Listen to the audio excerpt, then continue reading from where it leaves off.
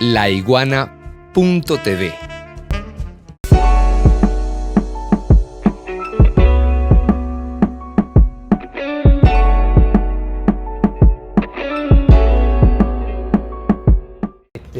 Pueden haber diferentes lecturas. Yo te diría, yo en este caso voy a dar una lectura de tipo convencional, ¿no?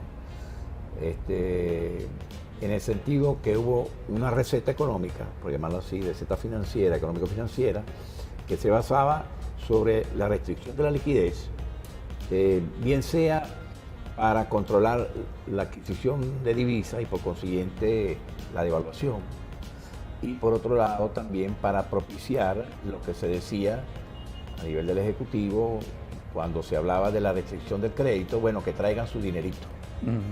O sea, generar un flujo positivo en cuanto a balance de divisa, ingresos de divisa, en el sentido de disminuir la demanda y incrementar la oferta de divisa. Lamentablemente esto no ha funcionado del todo. Funcionó en una etapa en el sentido que la primera parte, que ha sido la restricción derivada de la política de liquidez restrictiva, inclusive lo que ha sido el incremento del encaje y una cantidad de medidas, ha funcionado relativamente bien. La otra parte funcionó para inversiones de corto plazo, lo que se llaman los bodegones, o sea, la parte comercial. O sea, esquema de rotación rápida de capital.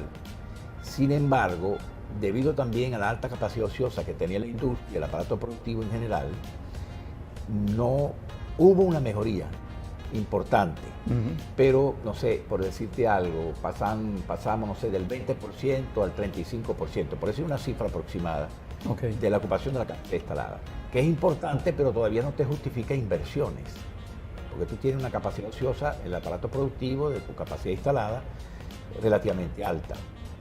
Por consiguiente, no hubo ese ingreso de divisa masivo que se esperaba. Por otro lado, la restricción de la liquidez y las limitaciones fiscales del gobierno nacional produjeron la necesidad de restringir el gasto público y por consiguiente también los sueldos y salarios del sector público. Puesto que se mantenía, aunque bajó enormemente la inflación, pero se mantenía evidentemente una disparidad entre la tasa de devaluación, que iba subiendo como quien dice por la escalera de alguna manera, y mientras que la otra seguía por el ascensor, la inflación, mientras que la tasa de devaluación. Entonces llegó un momento que los costos se fueron incrementando y los salarios en términos reales no alcanzaban. Ya venía en una situación precaria, y esa precariedad, después que hubo una regresión relativa y hubo un poco de reajuste, volvió a una situación negativa, una tendencia negativa. Entonces empezaron las presiones, lógicamente, de los sectores afectados, y eso condujo a que el gobierno tuvo que empezar a ceder. Entonces parte del esquema rígido, de esa camisa de fuerza, de control fiscal, monetario, para evitar estimular la inflación, si bien no era el único elemento que incidía en eso, tiene mucho que ver con la confianza y con otros factores. Entonces llegó un momento que ese esquema, que en definitiva era un esquema de transición que podía servir para aguantar una situación por una cierta cantidad de meses, empezó a colapsar.